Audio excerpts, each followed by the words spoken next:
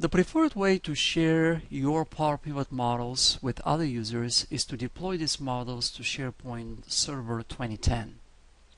Once you deploy the model to SharePoint, your teammates can view the Power Pivot reports that you included in the model, and they can create their own reports by using the Power Pivot model as a data source. In this exercise, I'm going to show you how easy it is for your teammates to see the Power Pivot reports that are included in the AdventureWorks model. So here I am in SharePoint 2010. Once you install Power Pivot for SharePoint, you will get a special gallery, a special library called Power Pivot Gallery. That library has been specifically designed to house Power Pivot models and Power View reports.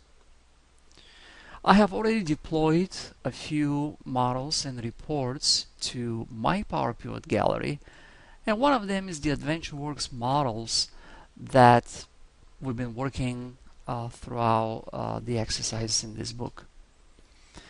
As you can see, the Power Pivot gallery supports animated views, so I can hover on top of the reports included in my model to see a snapshot view of that report. If I want to see the actual report, I can simply click on that report. Then SharePoint will render the report in HTML format.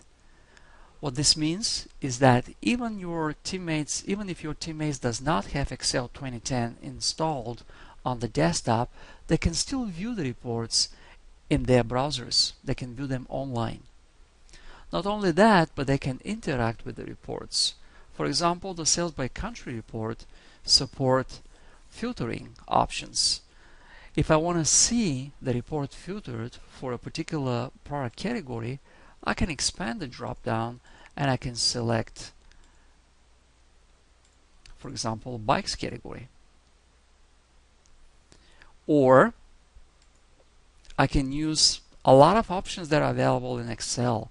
For example, I can do a value filtering, label filtering, or sorting the column in ascending or descending order. If the report has a slicer, I can interact with the slicers. For example, to see the data only for 2007, I can click the 2007 item in my slicer. Or to see the data for all years, I can remove the slicers. I can clear the slicer. One thing to remember is that the Power Pivot reports rendered online are limited to fixed layout. The users cannot make changes layout, cannot make layout changes. For example, they cannot remove or add any columns to these reports. As you can see, when I click on a report, the Power Pivot field list is missing. Therefore, I'm limited to the layout that the report author has created and published to SharePoint. I can make, as I said, interactive changes such as filtering and sorting, but I cannot change the layout. One thing I can do if I want to change the layout is to open the Excel workbook in Excel. To do that, I will just click the Open in Excel button. Then Excel 2010 starts, and it downloads the workbook from SharePoint and opens it. From that point on, I can click on the report to see the Power Pivot field list, and I can make changes to my report or to the report layout.